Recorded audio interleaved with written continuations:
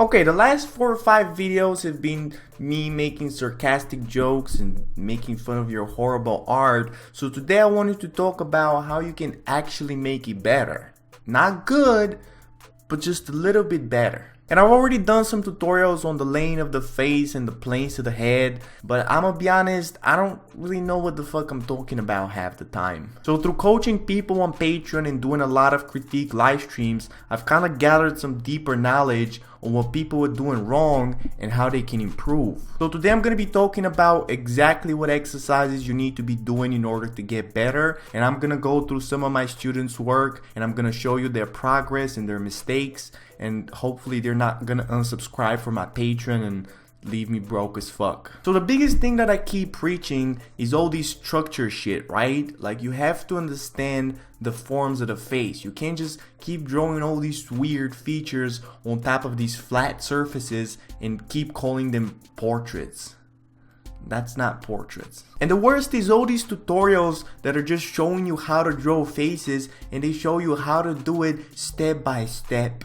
And yeah, I know I'm literally doing the same right now, but I think what's important is to think about what exercises are you doing and not what fucking videos are you watching. Cause like, you watch a popular tutorial with some tips and tricks on how to draw the head, and then you follow it, it turns out halfway decent, and you're like, yeah, I can draw. And then you try to draw something else and you're like, wait a minute. And the biggest thing that I see in beginners' work is just inconsistency. Like, you ever drew something and then you tried fixing it for like 2 days and it turned out almost good, and you're like, yes, I'm finally getting it. And then you try the next one and you're like, And that's because you're so worried about making things look good rather than just understanding what you're actually drawing. Like, if you do a basic exercise over and over again, you can't be inconsistent because you're just doing this one thing and you're slowly getting better. That's like you learning how to dance and you practice tapping your foot. Like, you can't be inconsistent and be like, man, I swear I was tapping my foot yesterday, but now I forgot how. But if you do some weird ass TikTok dance, sometimes you might get it, sometimes you might not. That doesn't mean you know how to fucking dance. Get it? Your art is a TikTok dance. So the first thing that you have to understand how to do is the lay-in. And this work is by one of my patrons, Matthews, and shout out to him for being one of the few to actually understand this shit. And the lay-in is gonna help you understand the most important things when it comes to portraits, aka Instagram likes. No, I meant proportions. And the biggest thing that I see in beginners' work is that their portraits are just flat. And what this lay-in exercise teaches you is how to make your drawing feel like a 3D object with only like circles and squares and shit. So what you do for this exercise is you find a good reference with some strong lighting, not just some pretty Instagram model. You put the reference in the middle, then you duplicate it, you lower the opacity, and you start drawing on top. And no, this is not fucking tracing for all you righteous fucking weirdos.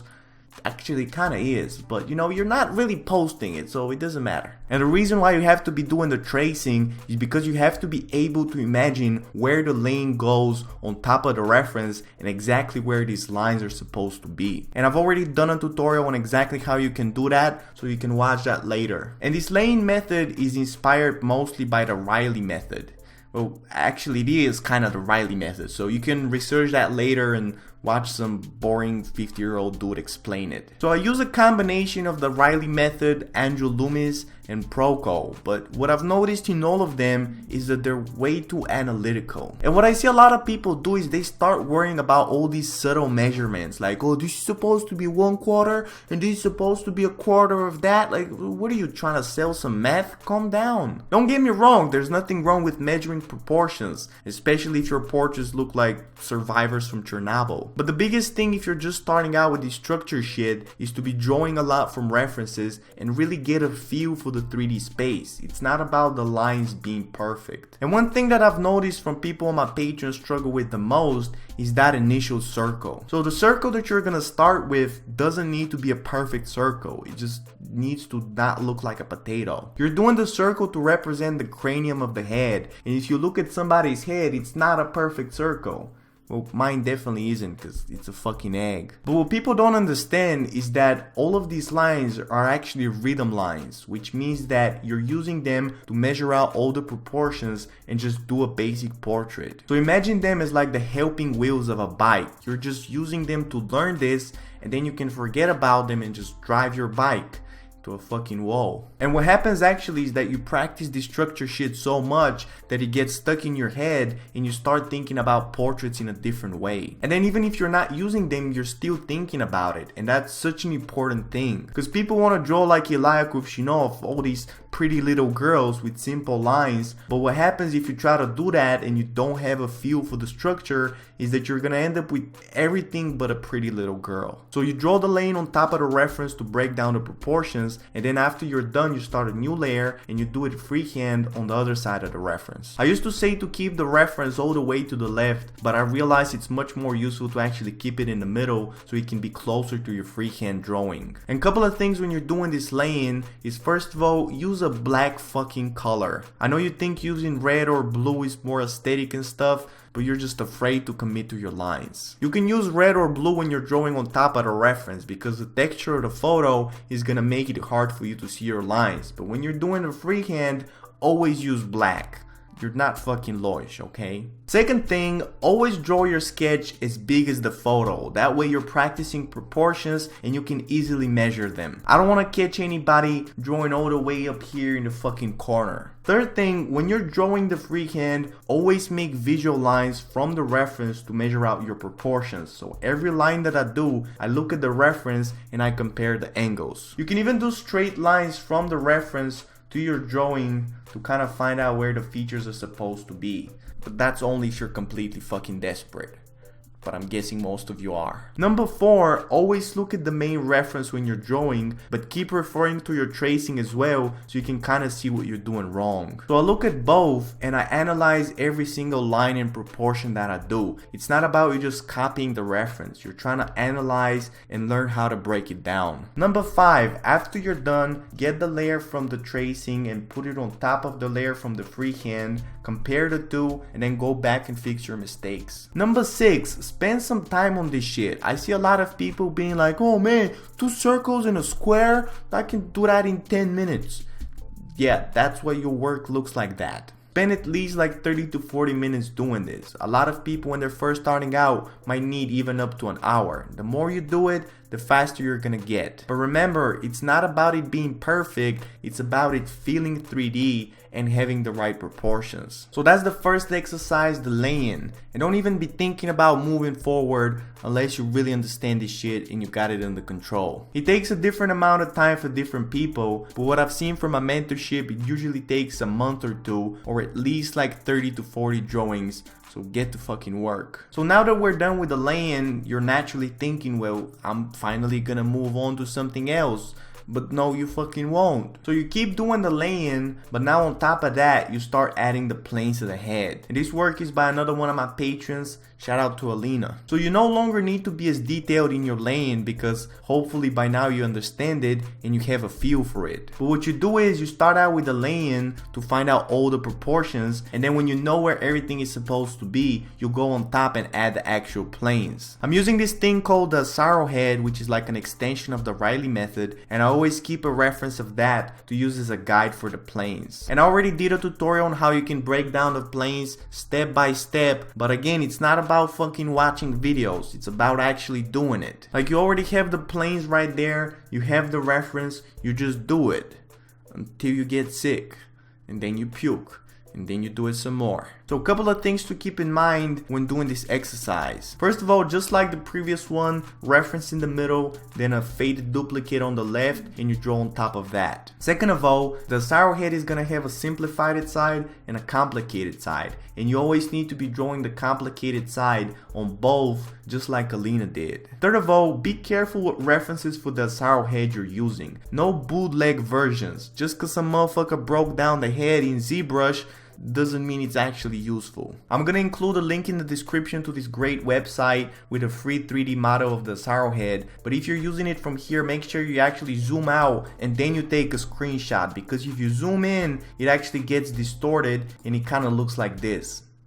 Number 4, don't make it too analytical and overcomplicated. I see a lot of people do this exercise and they draw all these little planes on the nose and tiny wrinkles. Remember, it's about the structure of the whole face, and for that, it actually needs to look like a face, not like a Lego puzzle. Number 5, don't use too many curves. Like, people are so used to drawing without structure that they're gonna draw the whole side of the face with literally one curve. Like, the more you use curvy lines, the more you lose the structure. If you actually look at all of the planes, they're built by straight lines. So try to break down all of your curvy lines into individual straight lines. Number 6, make the planes part of the face. When you're drawing them, try to really imagine them being there like solid forms, the same way that you think about an eye. Like, the planes need to be part of the face, not just some random triangles and Pringles on top of your face. Number 7, not all planes have the same level of importance. If you look at this work by one of my patrons, Olden, which he actually signed at the bottom because it's a masterpiece, you can see how he broke down the cheekbone, and even though it's correct and it's following the arrowhead, it still feels kind of weird. And that's because the planes for the top of the cheekbones are gonna be a lot more subtle than the bottom of the cheekbones, and you learn stuff like that only through a lot of practice. And also, you can't have the circle around the mouth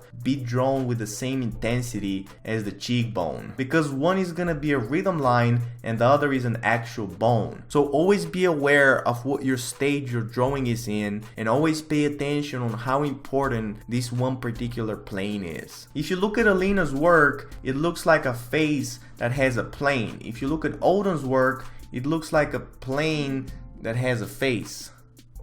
And number 8, again, don't rush this shit. Don't expect that you're gonna draw the planes in 10 minutes. If you're just starting out, it might take you 1 to 2 hours. But as you get better, you should be able to draw both the lay-in and the planes for 30 minutes. So that's gonna be exercise number 2, really understanding the structure and the forms. Again, it depends on the person, but it will probably take as much as the previous exercise, so at least like 40 to 50 different drawings. Now, after you have the first exercise, the proportions and the 3D feel, and you have the second exercise, structure and form, your drawings will probably look like they came out of Minecraft. So this is where exercise number 3 comes in. 5-minute sketches. This work is by yet another patron of mine, and shout out to Samantha. And if you look at Sam's drawings before this exercise, they look very analytical and stiff. So the point of this exercise is to just loosen up and try to apply what we learned from both the lay-in and the planes. So you get a reference, and please make sure that it's actually a good one. I can't stress this enough. If you're working from shitty ass references, you're not gonna understand shit. So good lighting and structure, and yes, it's pronounced fucking lightning. And definitely no females yet, because they're way too soft and pretty, but you can definitely use fuckboys. So you get the reference, you set up a timer, and you draw for exactly 5 minutes. And some things to keep in mind during this exercise is, first of all, you shouldn't be doing any details like eyelashes or irises. You're just trying to capture the basic lines for the portrait. Second of all, you're not using any particular technique, and that's kind of the point, to not be too analytical. You just try to sketch out the portrait, but it's still important to be thinking about structure. So even though you're not drawing the planes, you're still thinking about them. Third of all, make sure that you don't fall back to your habits and just draw flat features on top of a flat surface. Don't get caught in thinking only about the features. Think about the portrait as a whole, not like the one you see on the streets, but like, you get it. Number 4, don't use any form of shading in those 5 minutes, or actually don't use any shading in any of these exercises that I'm showing you today. When you don't understand structure and you're trying to shade, you're only doing that out of insecurity that your drawing doesn't look good enough, and you're trying to hide it with some cheap ass shading. But anybody who has any ability on how to draw understands that you're only just making it worse. Like, to be shading without even knowing the planes is a complete waste of time, because you don't even know what you're shading. Like, you just make everything soft and wacky. So focus only on lines now. And after your 5 minutes are up, move on to another drawing. You need to be doing like 5 to 10 different drawings in a row. And then after you have those, you go back to the first one and you put the timer for 10 more minutes. Now when you do that, it's really important to have a whole different mindset than the 5-minute sketches. Before, you you are trying to capture the proportions and the whole face. Now you're trying to refine the drawing and build up the features. So it's not like you just draw for 5 minutes and then you draw for 10 more minutes. It's almost like a whole different exercise, and that's why it's important to keep it separate. And the 10 additional minutes should not be mistaken for detailing. Like, you're not trying to just make it pretty or go back to fix your mistakes, but rather you're just trying to build on the foundation that you have in the 5 minutes,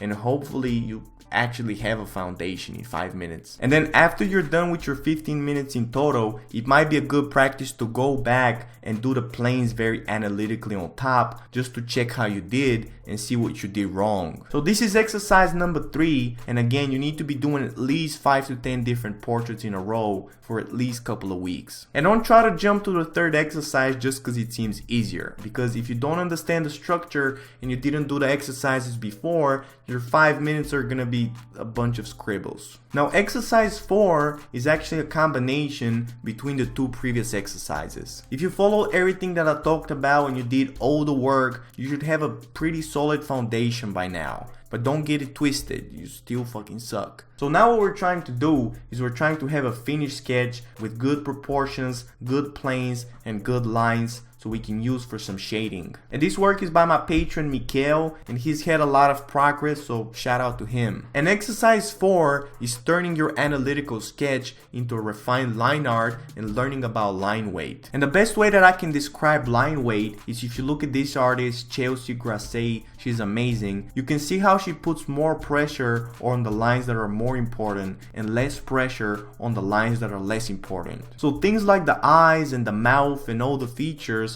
are gonna be drawn with a lot thicker lines than things like the cheekbones and laying lines. You can see she barely even has any visible lines for the laying, and that's because she understands it so well that she doesn't even need to draw it. But because structure is still not second nature to you and you're actually gonna need a guide for the shading, you still need to be drawing all these planes. So you get a reference, and don't get mistaken by the fact that Mikael has a female reference. That's only because he's good enough. You still don't deserve females.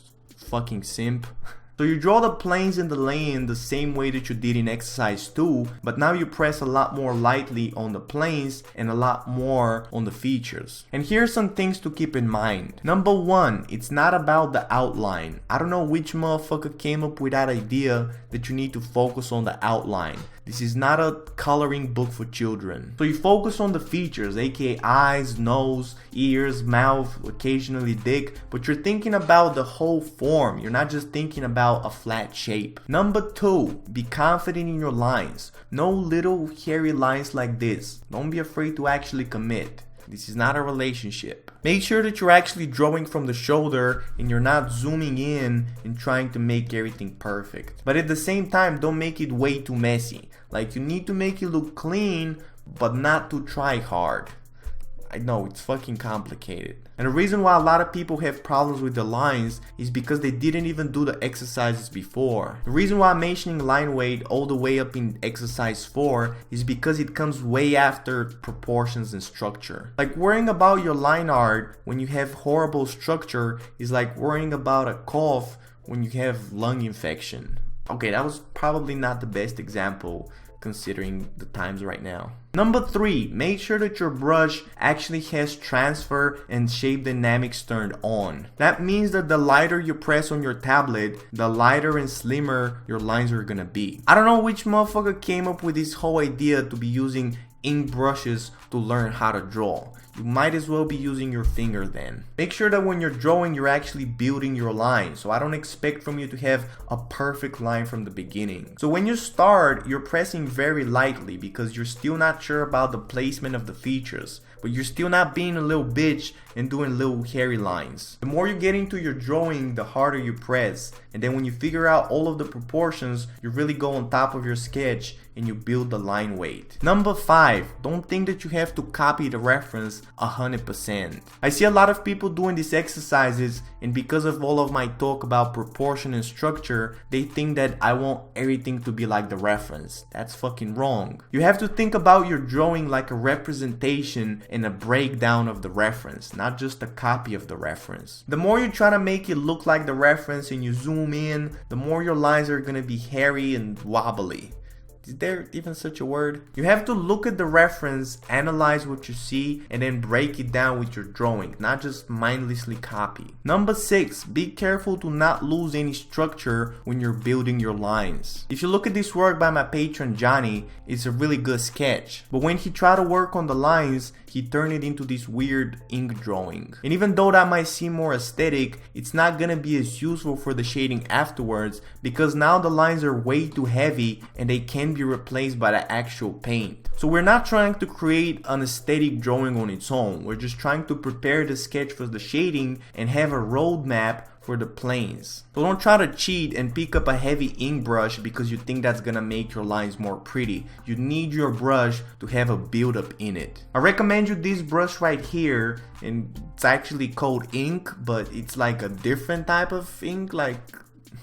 And if you still haven't downloaded my brushes, you can download them for free on my website, ganev.com/brushes. So after you're done with exercise 4, you should have some strong lines for the features and some faded lines for the planes. But this will probably take you at least a couple of months, so don't get too fucking excited. Now, what is interesting about this drawing shit is that it's totally different for everybody. So as I said, you have to constantly be aware of your level, what you're doing wrong, and what you need to focus on. And what I've noticed for my Patreon is that half of the people have these really stiff analytical drawings and the other half these really wacky drawings that completely lack any structure. So if your work is too analytical, you need to be doing 5-minute sketches just to loosen up. And if your drawings don't have enough structure, you need to focus more on the analytical part and do more planes of the head. And the reason why I like these exercises is because everything is broken down and you know exactly what you need to be doing. Like, I felt so fucking lost as a beginner and I so wish somebody showed me this shit. And just to show you that this structure shit works, if you look at my patron Kurt, this was his work before doing any of the exercises. Like, he was drawing celebrities with color pencils and the goddamn smiles and cheeks and plastic hair, fucking awful. And now he's actually doing some studies from good references and his work actually has some structure. And don't get me wrong, he has a long way to go, but it's a good improvement. Another one of my patrons, Mikael, this was one of his first structure studies and only 2 months later, he's doing shadings now and his planes are the motherfucking shit. I also made a free PDF for you with all the points that I mentioned and everything that you need to focus on, so you can download that for free from my Google Drive. There's gonna be a link in the description. Also, it's that time again, because next video I'm doing your art sucks video, so this is your chance to get featured on my YouTube channel. So what you do is you draw some of the exercises that I mentioned in the video, you follow everything that I said, then you join my Discord server. There's gonna be a link in the description. You go to this channel, your art sucks, you post your entries inside, you write me something, and then next time you get a critique or a roast. Also, if you're interested in some serious critiques, make sure you actually check out my Patreon. To be honest with you, I don't really have any premium content, so all of my tutorials are gonna be here on YouTube. But if you're interested in some 2-hour live streams every single week where I do critiques, what the fuck is this shit, and I answer questions, make sure you check out my Patreon, patreon.com/angelganev. So this is it for this video. Make sure you check out everything in the description, do your exercises, download everything, all that, and I just might grow my hair back. Just kidding, I love looking like an egg. Bye!